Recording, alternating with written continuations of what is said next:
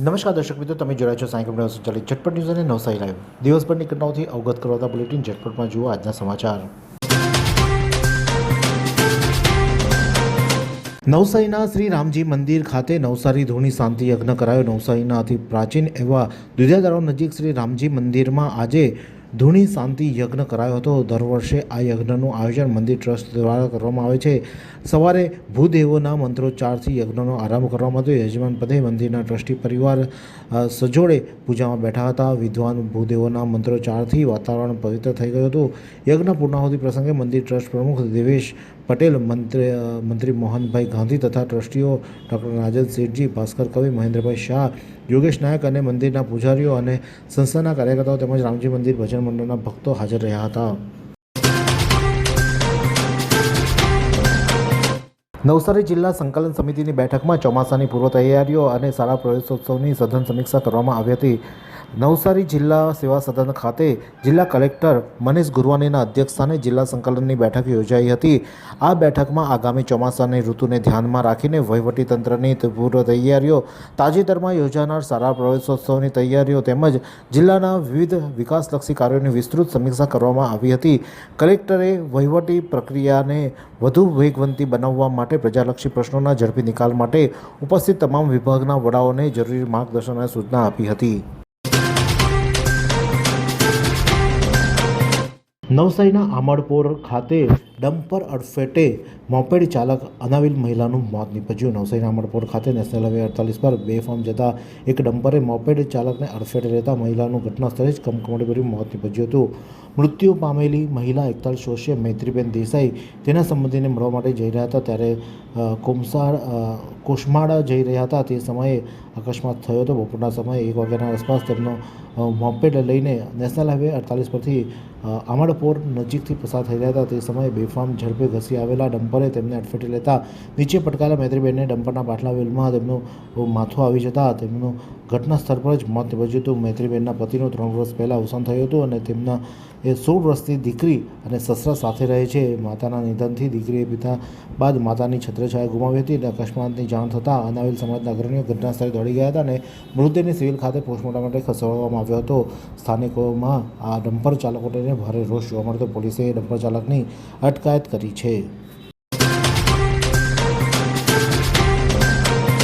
નવસારીના જૂના થાણા વિસ્તારમાં કાર અને ડમ્પર વચ્ચે અકસ્માત સર્જાયો હતો. નવસારીના જૂના થાણા વિસ્તારમાં શનિવારે પીક અવર્સ દરમિયાન થયેલા અકસ્માતમાં એક ડમ્પરે કારની ડાબી તરફ ટક્કર મારતા આ વિસ્તારમાં ટ્રાફિક જામ સર્જાયો હતો. ડમ્પરની ટક્કરને લઈને કારની ડાબી બાજુએ ભારે નુકસાન થયું હતું. જોકે સદનસીબે આ અકસ્માતમાં કોઈ ઈજા પહોંચી ન હતી. જોકે અકસ્માતના કારણે વાહન ચાલકો અટવાયા હતા અને રસ્તા પર ટ્રાફિક જામના દ્રશ્યો સર્જાયા હતા. પોલીસે વચ્ચે આવી અને આ ટ્રાફિકને હળવો કર્યો હતો અને આગળની કાર્યવાહી હાથ ધરવામાં આવી હતી.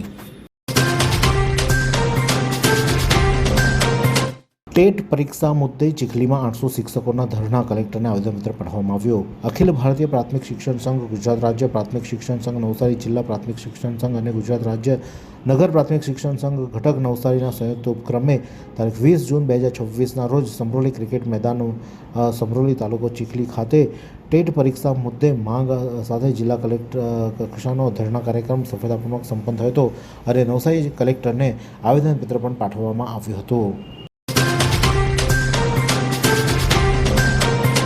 લુન્સીકુઈ નજીક પાણીની લાઇનમાં ભંગાણ સર્જાતા અનેક વિસ્તારો પાણીથી વંચિત રહ્યા. નવસારીના લુન્સીકુઈ વિસ્તારમાં પાણીની પાઇપલાઇનમાં આજે વહેલી સવારે ભંગાણ સર્જાતા જૂના થાણા, દસેરા ટેકરી જેવા વિસ્તારો શનિવારની સવારે પાણી ન મળતા બુમરાણ મચી જવા પામી હતી. પાણીના અભાવે આ વિસ્તારોના લોકો મુશ્કેલીમાં મુકાયા હતા. જોકે લુન્સીકુઈ ખાતે જે સ્થળે ભંગાણ થયું હતું, નવસારી મહાનગરપાલિકા દ્વારા તાત્કાલિક ધોરણે તે રિપેરિંગ કરવાની તજવીજ હાથ ધરવામાં આવી હતી.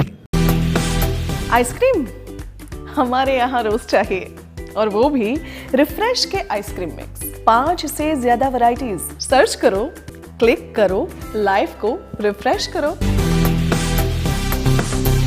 શુપા ગુરુકુળ વિદ્યા મંદિર ખાતે જન કલ્યાણ શિબિરનો ભવ્ય સફળતાપૂર્વક સંપન્ન થઈ. 44 સુપા જિલ્લા પંચાયત સીટ હેઠળ આવતી ગુરુકુલ વિદ્યા મંદિર સુપા ખાતે જન કલ્યાણ શિબિર સેવા સેતુનો કાર્યક્રમનું ભવ્ય આયોજન કરવામાં આવ્યું હતું. આ શિબિરને ગ્રામજનો અને આસપાસના વિસ્તારના નાગરિકો તરફથી ભારે પ્રતિસાદ સાંપડ્યો હતો, જેના કારણે સમગ્ર કાર્યક્રમ ખૂબ જ સફળ રહ્યો હતો. આ જનકલ્યાણકારી પ્રવૃત્તિમાં બહોળી સંખ્યામાં લાભાર્થીઓએ ઉપસ્થિત રહી અને સરકારી યોજનાનો લાભ લીધો હતો.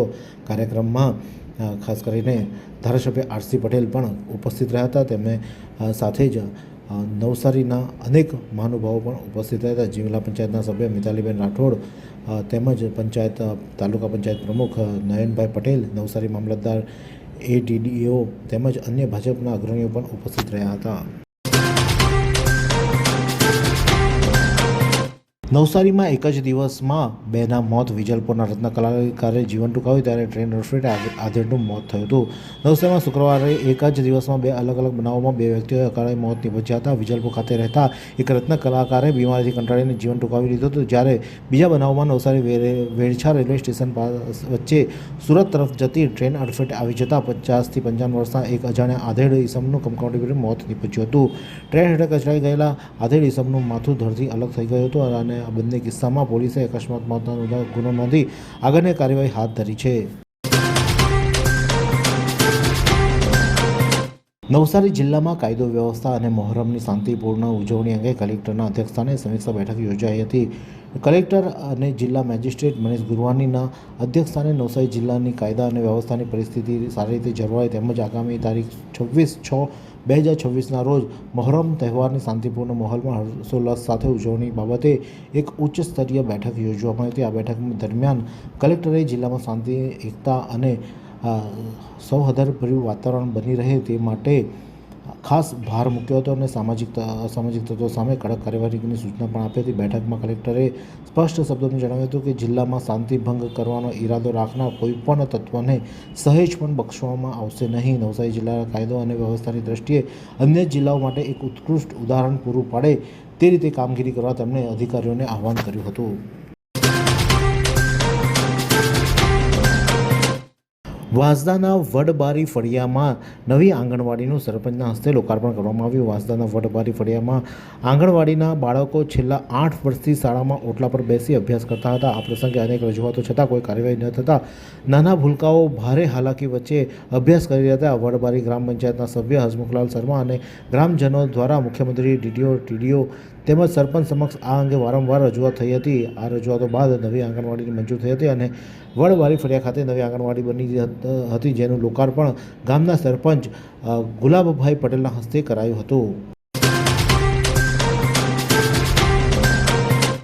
જિલ્લામાં માર્ગ સલામતીની સમીક્ષા બેઠક યોજાઈ હતી. હાઈવે પર black spot checking, street light અને રોડ માર્કિંગ જેવી સુવિધાઓનો તાકીદ પૂર્ણ કરવા માટે કલેક્ટર દ્વારા આદેશ કરવામાં આવ્યા હતા. નવસારી જિલ્લા સેવા સદન ખાતે જિલ્લા કલેક્ટર મનીષ ગુરવાનીના અધ્યક્ષસ્થાને માસિક જિલ્લા માર્ગ સલામતીની બેઠક યોજાઈ હતી. આ બેઠકમાં જિલ્લા પોલીસ અધિક્ષક રાહુલ પટેલ તેમજ માર્ગ સલામતી અને ઇન્ફ્રાસ્ટ્રક્ચર સાથે સંકળાયેલા વિવિધ સરકારી વિભાગના અધિકારીઓ ઉપસ્થિત રહ્યા હતા. બેઠક દરમિયાન જિલ્લામાં માર્ગ અકસ્માતોનું પ્રમાણ ઘટાડવા માટે અને નાગરિકોની સદંતર સુરક્ષા સુનિશ્ચિત કરવા માટે મજબૂત આયોજન અને વિસ્તૃત ચર્ચા કરવામાં આવી હતી.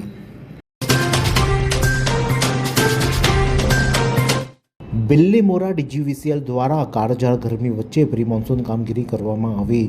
ચોમાસામાં ભારે વરસાદ અને પવનના કારણે સર્જાતી વીજ સમસ્યા સામે આગોતરી સાવચેતીના ભાગરૂપે DGVCL બિલ્લીમોરા કચેરી દ્વારા સમગ્ર બિલ્લીમોરા પંથકમાં પ્રી મોન્સૂન મેન્ટેનન્સની કામગીરી હાથ ધરવા માટે બિલ્લીમોરા પાલિકા અને DGVCL સંકલન સાધી શહેરના વિવિધ વિસ્તારોમાં ચોમાસા દરમિયાન શોર્ટ સર્કિટ કે વીજ ફોલ્ટ ન સર્જાય તે માટે લટકતા વાયરો સરખા કરવા, ઢીલા જમ્પરો ખેંચવા, ક્ષતિગ્રસ્ત વીજો બદલવી તેમજ DPનું મેન્ટેનન્સ જેવી કામગીરી કાળઝાળ ગરમી અને અસહ્ય ઉકળાટ વચ્ચે વીજ કંપની લાઇનમેનોએ ટેકનિકલ સ્ટાફે પાર પાડી હતી. વાત કરીએ હવામાનની તો નવસારી જિલ્લાનું આજનું મહત્તમ તાપમાન 35.6°C જ્યારે લઘુત્તમ તાપમાન 27.7°C રહ્યું તો હવામાન ભેજનું પ્રમાણ સવારે 85% જ્યારે સાંજે 61% રહ્યો તો હવાની ગતિ 6.3 કિલોમીટર પ્રતિ કલાક દક્ષિણથી પશ્ચિમ તરફ રહી હતી.